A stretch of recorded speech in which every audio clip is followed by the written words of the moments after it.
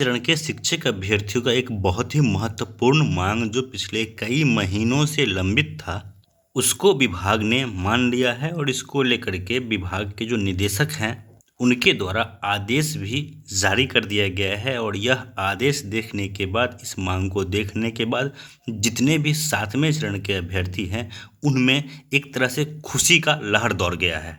ये आप देख सकते हैं आपके सामने, ये हिंदुस्तान समाचार पत्र का न्यूज़ है, जिसमें कहा गया है कि आरक्षित कोटि में न मिले महिला तो पुरुष का हो चयन। ये डिमांड 7वें चरण के अभ्यर्थी से पहले भी 6ठे चरण के अभ्यर्थी भी कर रहे थे कि जहाँ जहाँ महिला अभ्यर्थी नहीं मिल पाती है, वहाँ पे उसी कोटि के पुरुष अभ्यर्थियों को उस सीट पे बहाल किया जाए। लेकिन पहले ऐसा प्रावधान नहीं था और इसी कारण से आपको पता है कि बिहार में 35% क्षैतिज आरक्षण महिलाओं के लिए है। यानी कि जहां पर 100 सीट निकल के आता है, उसमें से 35% सीट डायरेक्टली महिलाओं के लिए रिजर्व कर दी जाती थी और उतने महिला अभ्यर्थी मिल नहीं पाते थे।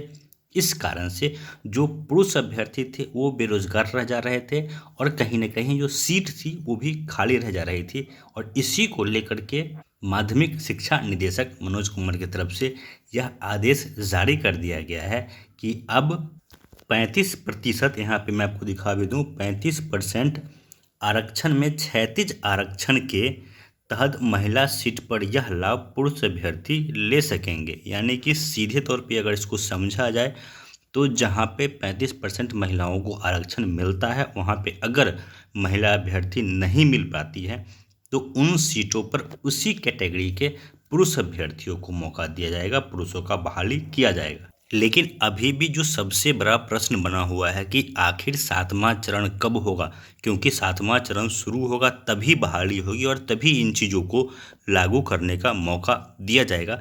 तो दोस्तों, इसको लेकर के आप लोगों को मैं बता दूं कि 7वां चरण आपका जल्द से जल्द शुरू होने वाला है और इसी साल आपकी बहाली की प्रक्रिया शुरू होगी और अगले साल के फर्स्ट क्वार्टर में कहीं ना कहीं आप लोग अपने विद्यालय में होंगे, जहाँ तक मेरे पास खबर आई है। लेकिन इसमें एक बात मैं फिर दोहराऊंगा, जो पहले से दोहराते आ रहा हूँ, कहते आ रहा हूँ कि इसको लेकर के अगर आप चाहते हैं कि इस साल नोटिफिकेशन आपका आए और अगले क्वार्टर में आप स्कूल में चले जाएं, तो इसको लेकर के आपको सबसे ज़रूरी है वो एकजुटता दिखानी होगी।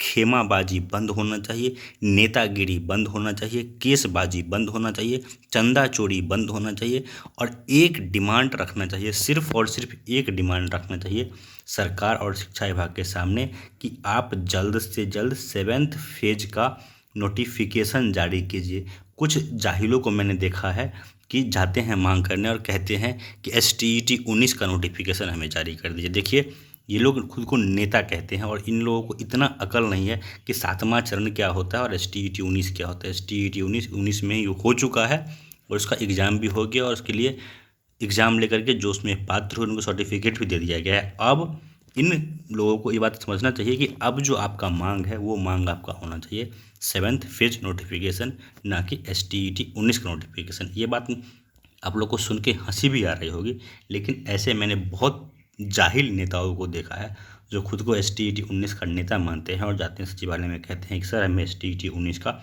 नोटिफिकेशन करवा दीजिए, STET 19 का बहाली करवा दीजिए। इन चंगू मंगू को 2 लाइन सही से ना तो हिंदी बोलने आती है, ना 2 लाइन सही से लिखने आता है। इन लोगों को सिर्फ और सिर्फ रोड पे खड़ा होकर के भौंक भौंक के चंदा चोरी करने से मतलब है और किसी चीज़ से मतलब नहीं। ऐसे लोगों से बचिए। एक डिमांड रखिए कि 7वां चरण नोटिफिकेशन सरकार जारी करे। दबाव जितना ज़्यादा होगा, बहाली उतनी जल्दी होगी। धन्यवाद।